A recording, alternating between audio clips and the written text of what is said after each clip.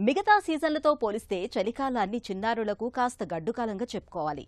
శీతల వాతావరణం, వణికించే చలి మూలంగా పిల్లల ఒంట్లో జీవక్రియలు నెమ్మదిస్తాయి. తగినంత వేడి, వెచ్చదనం కోసం పిల్లల లేత శరీరాలు ఎక్కువ మొత్తంలో శక్తిని ఖర్చు చేయాల్సి వస్తూ ఉంటుంది. దీనికి తోడు చల్లదనం మూలంగా తరచుగా జలుబు, దగ్గు, రొంప వంటి బాధలు పిల్లల్ని వేధిస్తూ ఉంటాయి. ఈ నేపథ్యంలో పిల్లల్ని కంటికి రెప్పలా కాపాడుకునేందుకు ఈ చలికాలంలో తల్లిదండ్రులు ఏం చేయాలో, పిల్లల సంరక్షణ విషయంలో ఎలాంటి జాగ్రత్తలు తీసుకోవాలో ఇప్పుడు తెలుసుకుందాం.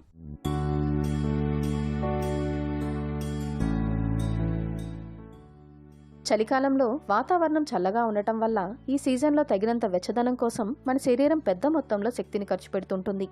ఫలితంగా మన శరీరంలో ఒత్తిడి ఎక్కువై జీవక్రియలు గాడి తప్పుతాయి. రోగ నిరోధకత కూడా బాగా తగ్గుతుంది. దీంతో ఇన్ఫెక్షన్ల ముప్పు బాగా పెరుగుతుంది. చిన్నపిల్లల విషయంలో ఇదే పెనుముప్పుగా పరిణమిస్తుంది. అప్పుడే పుట్టిన శిశువులు, నెలలు నిండకుండానే జన్మించిన చంటిబిడ్డలకు ఈ చలికాలాన్ని కాస్తంత గడ్డుకాలంగానే చెప్పుకోవాలి. చలికాలంలో వాతావరణంలో తేమ శాతం బాగా తగ్గిపోతుంది. ఫలితంగా చర్మంలోని తేమ ఎగిరిపోయి పెదవులు, చెంపలు చిట్లిపోవడం, కాళ్ళు చేతుల్లో పగులు రావడం, దురద పెట్టడం వంటి సమస్యలు మొదలవుతాయి.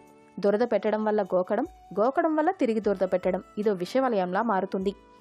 చలికాలంలో ఉష్ణోగ్రతల్లో తగ్గుదల మూలంగా పిల్లలకు శ్వాస సంబంధమైన సమస్యలు బాగా పెరిగిపోతుంటాయి.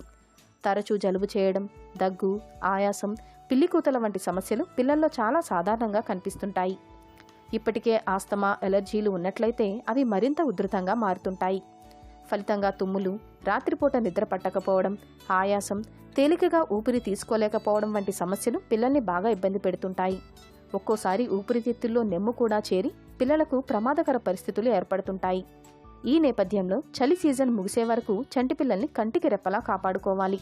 వణికించే చలి నుంచి తగినంత వెచ్చదనం కోసం పిల్లలకు నిండుగా బట్టల్ని వేయాలి.